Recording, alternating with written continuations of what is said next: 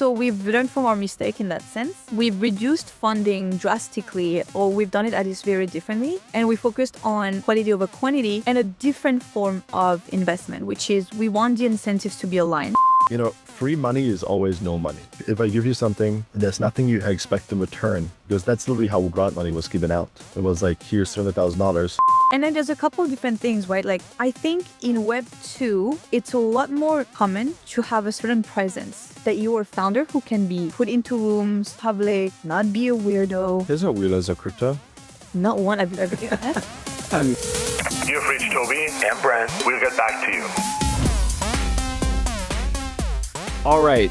Today in Miami, we have one of our favorite friends and first time on the pod, Alix from Aptos. And we have a lot to talk about. But for those that don't know, Alix, can you give a breakdown on your role, your background, and why you're in Miami? Your CEPs? My CB? But not your LinkedIn one, because those are all fake. Dude, I discovered that recently. And I'm like, should I do it? I should put like Facebook, Nvidia, shit like this. And then another job. Easy. 100% easy. No one's doing any checking anyway. Yeah. There I go. There's no way I'm going to check with Nvidia, you know? Like, which, oh my God, call. Unless you're unlucky and they know someone there. But thankfully, my resume is not that long, to be fair. Yeah. And you were on beach in Thailand, and they just called you up, right? Aptos, and you're like, okay, I'm joining. Yeah, they were like, can you please like come back that side? And I was like, oh no, this island is quite nice, you know? No, my life is nice. Like, I don't want to leave. Yeah. Yeah, it is quite nice. But thankfully, technically, Aptos kind of allowed me to do that. So thankful for that part. But bold. So, I mean, not everyone can. I got lucky that the United States political situation is so fucked up that me being an immigrant was like, guys, I think it's better if I'm not here because I might get issues. I'm dead as it's true. So I was in the US for 6 years. And then this happened and I was like, oh, I should probably be out. And I started to be a nomad then. So people who are Americans, they can't say that to the company and just go be nomadic. Does that make sense?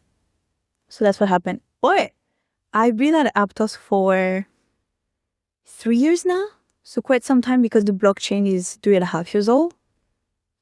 And yeah, very early. I'm one of the OGs in the team. And before being officially within Aptos, I was in the ecosystem. So I'd really been with Aptos from the very, very beginning. Like 10 employees, very early stage, pre-mainnet, all of that. Essentially, I am from Europe, moved to the United States when I was young, like when I was 20. And I was like, I'm not going to go to school. I need to make it somehow. Worked a bunch of different jobs. Pandemic hit. Started trading because I really do love money.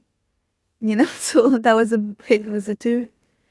Yeah, you hate, especially you guys, especially when I see this face, I really hate it. It's the word, like, who wants it? You know, it doesn't make happiness. Money does not bring happiness. The biggest bullshit that's ever been sold to the poor, for that matter. That's going to take him a second. It's an interesting one. Very well. Yeah, maybe also, what do you do at Aptos? You maybe. So I'm going to tell you. Longest intro in the podcast. We're getting sideways. I'm a yapper, so you're going to have to stop me probably. But anyways, point being, started trading, got into the space that way, met people who were building a product on chain, and they wanted my advice on a couple of things, so I started to give it to them. And then they asked me to join the team officially, and I eventually became a co-founder of the product. So we were linking physical and digital assets on chain. What was it called? It was called Decibel. Decibel. Yeah. And then before mainnet, around the summer, there was this event happening in San Francisco with Sui, Solana, and Aptos. And it was told that it was the trilemma. So Sui and Aptos were not live. Solana was thriving. So we went there, deciding which chain we're going to launch on, met all of the teams, and we said Aptos is the chain that we're going to be launching on. Top tier team. The tech is perfect for what we're trying to do. So that's when I got introduced to the team. They knew me as a founder at the time. We built on Aptos, and then Aptos goes live on mainnet. 3 weeks later, FTX collapses. Worst timing possible. Yeah, fantastic. When the product that we were building was B2B2C, but it was oriented towards companies that are not Web3. And so when FTX collapsed, the people who were not fully Web3 but were curious said, absolutely not. We're not touching crypto. It's not happening, which was really impactful in a negative way for us. But luckily at that time, the Aptos team that knew me as a founder reached out to me and said, hey, we are looking for a profile like yours to join the team. Like, are you interested? I was like, perfect. And I joined Aptos then, essentially. And at first I was focused on ecosystem, so more of the deal flow, managing the relationships with the partners, getting more people to build on the chain, spreading the gospel. Then my role evolved. I somewhat became extremely public facing, but it just kind of happened. And that's when they said, hey, we'd like for you to be more oriented towards content because you're already so public. And that's when I branched out to be a little bit more in between BD and marketing, which is still what I do. And so now I lead founder relations. So I help protocols differentiate themselves from a founder-led marketing perspective. So my thesis has always been that, especially in today's world, people will trust and identify with the founder before they identify with the protocol. And if they get to know you, they like what you stand for, your story, and why you're building, then they look into your protocol. And it's a way stickier way to have actually their users. And so that's what I do, basically. I help founders with that, and then getting linked to the right people for partnerships. And then now I do, obviously, like a lot of content interviews, as you know. Yeah. And I basically kind of represent Aptos across the board. If you ask my team, what do I do? They'll tell you everything. That's my role. Woman of many talents. But I have one question on Aptos, right? Because you kind of been there since literally the start, just from a founder perspective, and then joined the team. And obviously Aptos went through a lot of different waves, right? And now I think the latest wave is kind of the trading world. Yes. Right? So maybe just explain a little bit like why trading now, and kind of like maybe a brief background, like how you ended up there. It's interesting because I interviewed Avery, the CEO, this morning, and I asked him the same question. Although I've been in the team, right? So the focus is machines and markets. Machine being more the AI side, and markets being more the financial trade side. And I asked him the same question. I said, we just launched Decibel, Hertfex. It went live 2 months ago, has done about 2 billion in volume so far. There's a lot of Hertfexes on the market. What's the goal and why now? Essentially, Aptos' tech allows you to have a centralized exchange performance and speed while having the experience of a DEX. And so that's the goal here, is to make trading more efficient across the board. Basically super easy for anyone to access and use. Yeah. Easy, cheap, fast. Would you say Aptos tech is really kind of like the moat here, like the differentiator? It is. Everybody keeps saying. It is. I mean, think about it. Aptos started off at Meta, right? It was the Libra DM project, then was spun out and became Aptos, and then some part of the team went and became Sui, essentially. But the interesting part for me, and that's one of the things that we looked at actually when we were building our own protocol, is that Facebook, Meta, is a protocol that scaled to billions of people quite easily. And so the blockchain in the Move language was created with the same mindset of being usable everywhere by billions of people. So simplicity is probably like the number one thing here.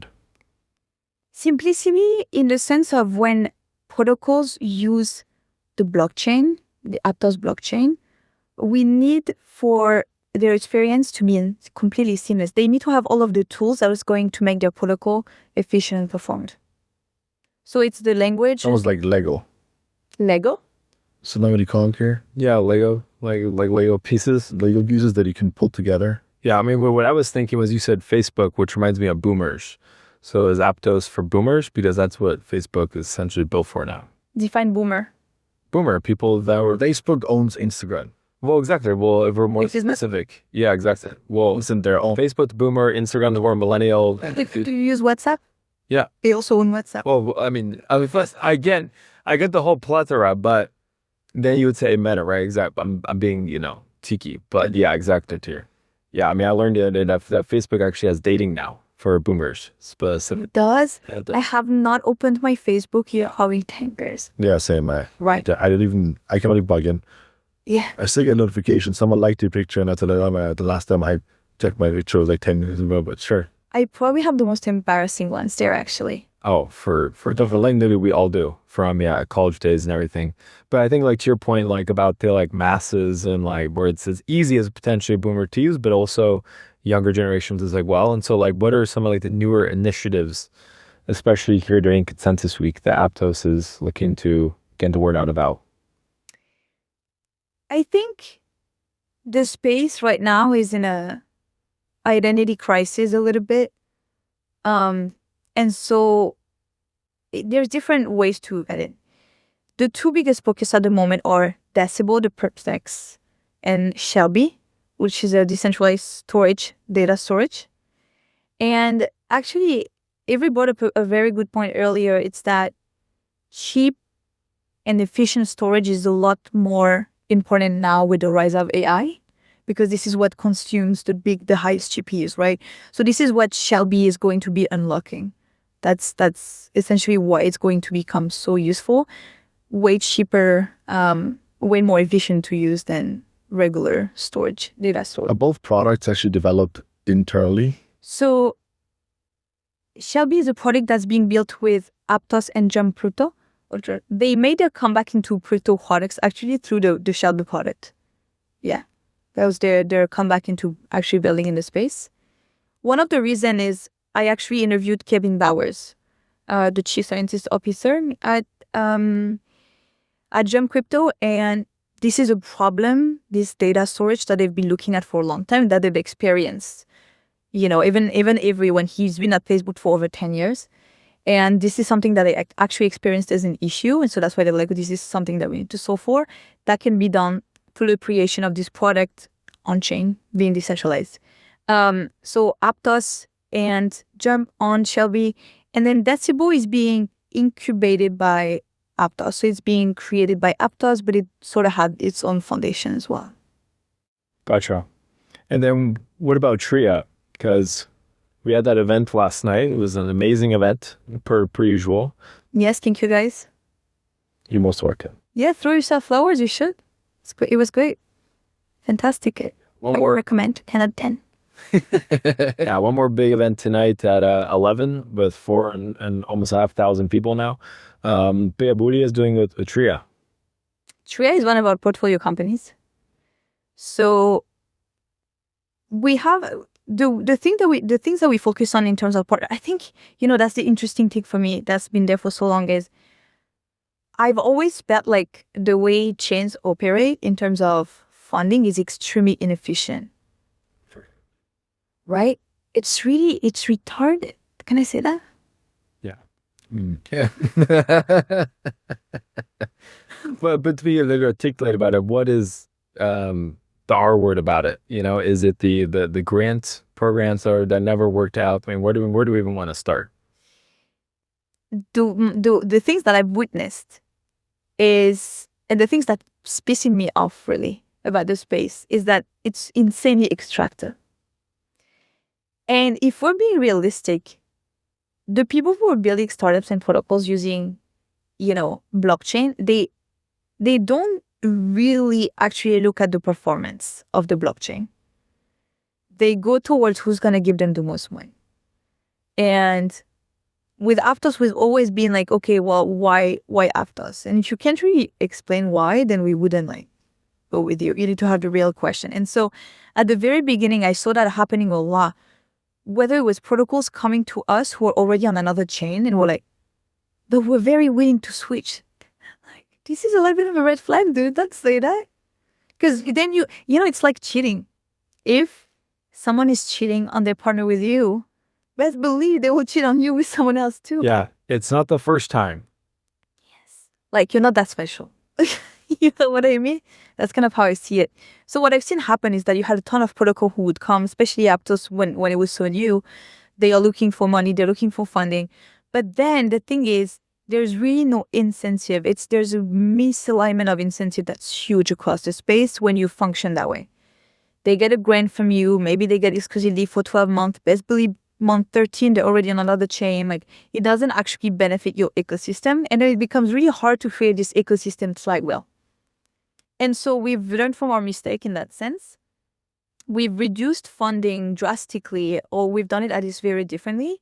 And we focused on quality over quantity and a different form of investment, which is we want the incentives to be aligned.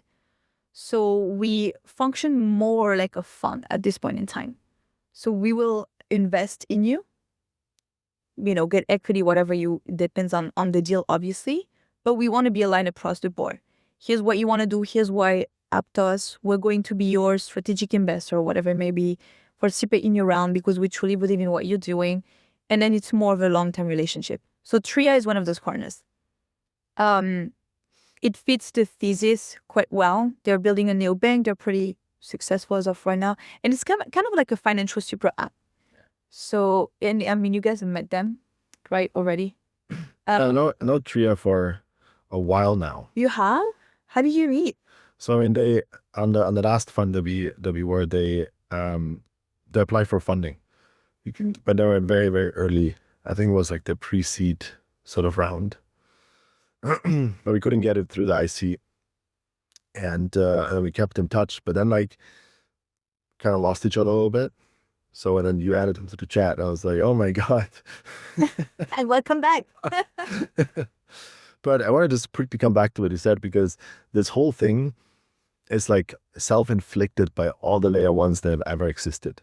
Like Polygon was probably like a great example. They gave out like, I don't even know the exact numbers, I don't quote me, but I think it was like $200-300 million in grants. And, free money is always no money. Right? And it's always like this, like if I give you something, there's nothing you expect in return, because that's literally how grant money was given out. It was like, here's $300,000. Yeah. That's it. There's no like, this is what we need to hit, this is what we need to do. It's just like, okay, cool. It was almost like, because I think the space has been farming vanity metrics for so long. So they would give out money to whatever's going to pump the numbers and make you better on the dashboard. Right. At some point, but that changes too, right? At some point it was TVL. So whatever protocol is going to pump your TVL, you're going to give money to. Then TVL was like, oh, it's not really a relevant metric anymore. Let's look at token. They're going to launch a token. It's going to go to XYZ market cap. Let's give you a grant because that's going to happen. These are so short-lived though. That's why most of these protocols are dead today. 95% probably. Yeah. And this money is dead with them. That's the thing. I mean, it's a massive extract, because that money could have used so much better, improving the infrastructure, hiring better team members, marketing, whatever it is, right? Where you actually see ROI. And I think that's where like the entire sort of industry is shifting now towards, and that's why exactly the Tria example fits very well in there, because what you're basically doing, like you're giving capital in exchange for equity and tokens to companies that have already been doing decent, where okay, I give you the infrastructure, Rails, whatever it is. So like anything that already activity you have comes on chain or comes into the ecosystem, depending on what the project is. And you see the impact immediately and you own a part of it. So now you actually are aligned and they feel aligned. But obviously you cannot do this with 400 or 500 companies. Yeah. Right? This has to be a much more, 4, 5, 10, 50, whatever companies that you can actually work with, right? But that's what we as a fund, and like a lot of other funds also had this mindset for a long time, is like this whole spray and pray approach, right? Is that you put 200K, 100K on like 150 companies, and then the best ones you give more money to. Yeah. And that was a great idea in 2017, because you could throw money at everything and it probably would return something if you're good in timing. But now it's also completely changed, right? I mean, a lot of companies we looked at, a lot of companies the market are just around. Yeah. Yeah, but then also it was the whole, ICO time and for a long time, I feel like most funds would give money to someone and they had to launch a token. Because then that's how the fund was going to make money in return. But the actual performance in both of the company didn't matter as much. Yeah, I mean, I did a post about this last week, actually, when we got a lot of attention because I saw on Twitter, someone was like, oh, you can apply to 100 grant programs in crypto. I was like, I would love to know what that list is because we know all the layer ones and no one's giving grants, number one. Number two, if they are giving grants, like it's usually milestone based. And from most of the founders I've talked to that we've invested in that have taken grant money, usually it's almost like, it's not saying it's not worth the money, but like the effort it's put in to even get the funding takes time. Then it's milestone based. Then you have to work, you have to focus your company specifically, which to your point, if you already built an Aptos and you have that long-term alignment, is like fine, right? But if I want to get a grant from Near or this other company, I'm going to get 2 grants, but 2 different layer ones that I'm going to do work for them specifically. It makes like no sense. And I'm like, it's stupid. And like, to me, it just shows like inexperience by like some founders of like, you put that time and effort into actually raising money from VCs or family offices, like it's better use of your time. Or maybe you just have a horrible network of investors and you think it's easier maybe to get grants. And yeah, like, and now it's like, if you're trying to just run around and get grants, like you're stupid. Or grifter. Or grifter, exactly. And those two, yeah, coexist. Yeah, exactly. And those two go hand in hand. Yeah. And so what do you look for now? Like, what are like, because like a lot of founders watch our stuff. What are green flags and like red flags? I guess it depends who you ask. I personally look very closely at founder, like their character. How do you assess character? I'd love to dig into this. You to a degree, you look at what they've done before. You look at the reason why they're building what they're building. If it's just kind of like because we think it's going to be profitable, usually it's not great. And it's also just being the random, honestly. There's people that I was like, oh, the product seems decent. They seem to know what they're talking about. And then you're around them and you're like, no, this is probably not going to be great. And then there's a couple different things, right? Like, I think in Web 2, it's a lot more common to have a certain presence that you are a founder who can be put into rooms, have like, not be a weirdo. You need to have at least one. Weirdo, here's no weirdos of crypto. Not one I've ever had. Not me. You know what I mean? Like, I remember and I'm obviously not going to name names, but I remember back in the days, there was a couple of teams that were like, yeah, like they are very talented, like tech-wise. They can build this product, but they fail because they cannot raise money. They cannot market it well. And the people do not identify with them whatsoever. And so the product ends up failing, right? So I think you need a mix of both. And that's why I look at founders. I'm not technical. So the tech side of the product is being looked at by other people. For me, though, I will flag if I feel like the founder is not someone that we should invest in. Because at the end of the day, you invest in the founders.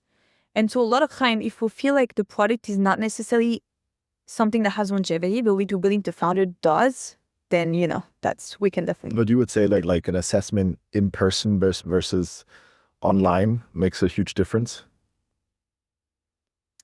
You can do online. I mean, if you have a lot of meetings with them, you chat and then you chat around, right? To people who know them potentially. You can do that. I'm trying to think though. Most founders I've met in person, I feel like. Yeah. I mean, I think that's what like our lifestyle also helps, right? Because I mean, the crypto is global. And, I've met we probably met like almost every single founder we've invested in, right? Or worked with. Did you meet them before investing or after? Both. Depends. But a lot of people we invested in because we met them, said we were hanging out with them, and then kind of like, just get to know the person and stuff like that. So because for me, it's like I think you can definitely make good investment decisions when you just on Zoom calls and all that stuff. But it's very dependent on like background checks, right? Like you don't get as comfortable with just saying, "Look, I'm I'm cool with that. Like assess to. I think it's very difficult. Like that's what the second part of assessment. I agree. I think it's also where a founder that has a track record of bringing products to market, it will be easier to invest in without meeting in person. First-time founders, did you fucking dinner sign? Oh yeah. All good. It's sign Mingy.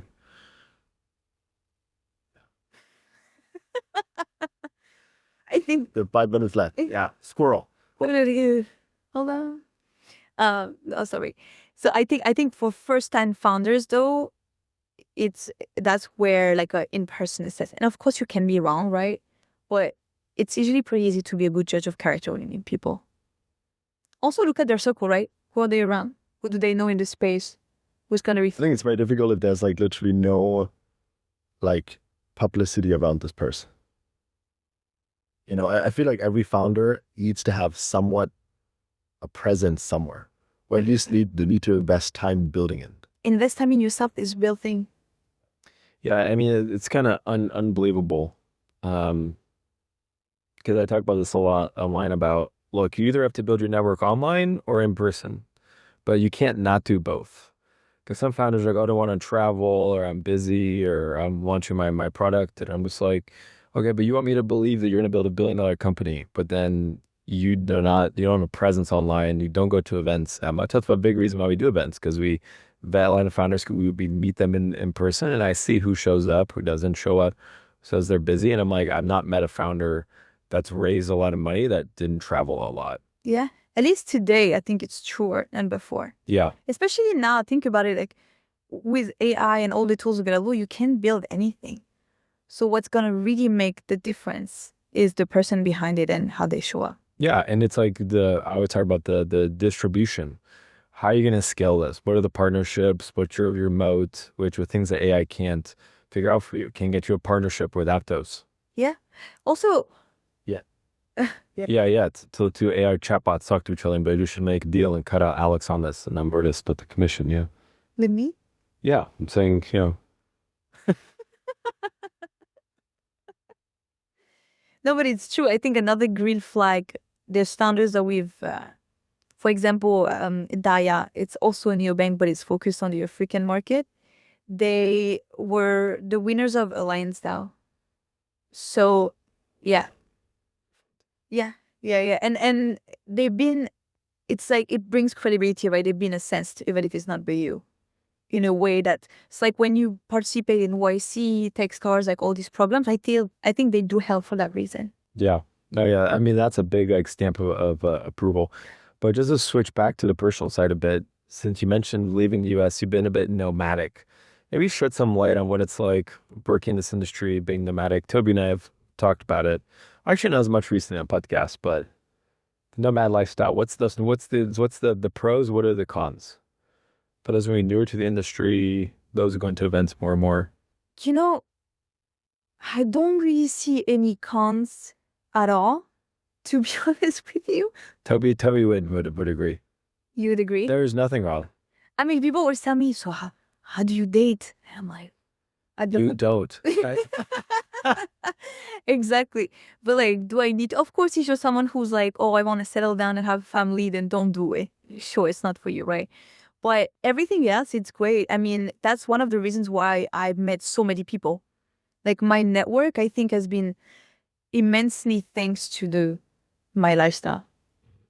But what about the like gym? What about eating clean? All these type of things. That's really easy. Like there's not a place where you can't eat clean, aside maybe the US, but like, no offense. She's true though, isn't it? I mean, it depends where you travel, right? Europe, food is fantastic. South America, same thing. Asia, it's where I spend most of my time. Healthy. The gym, just get a place that has a gym, you know? I mean, if you were in Asia a lot, you see all the 8-year-old unks at the park at 6 a.m. sharp. Yeah. Doing push-ups. No excuse, you know? Oh, no excuse, but I love it. You heard it here first from Alix. No excuse. I mean... I'll be chubby bunny nomadic is the best. Huh?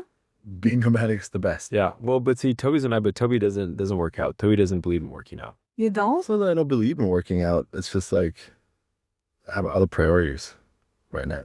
which is working, traveling, being on the beach, and Kayaking. kayaking at night right front of the. Kayaking unsuccessfully. Yeah, that was a workout. Trust me, that was a real workout. Kayak had not is is too tall, so the balance is not balancing. It's not. Yeah, it's the. The ratio. Yeah, exactly. It's like close to time. It's like a big tree trying to float. Kind of like if you. But in that set, Great conversation. Thank you so much for being on the podcast. it's a highway. And we'll get back to you.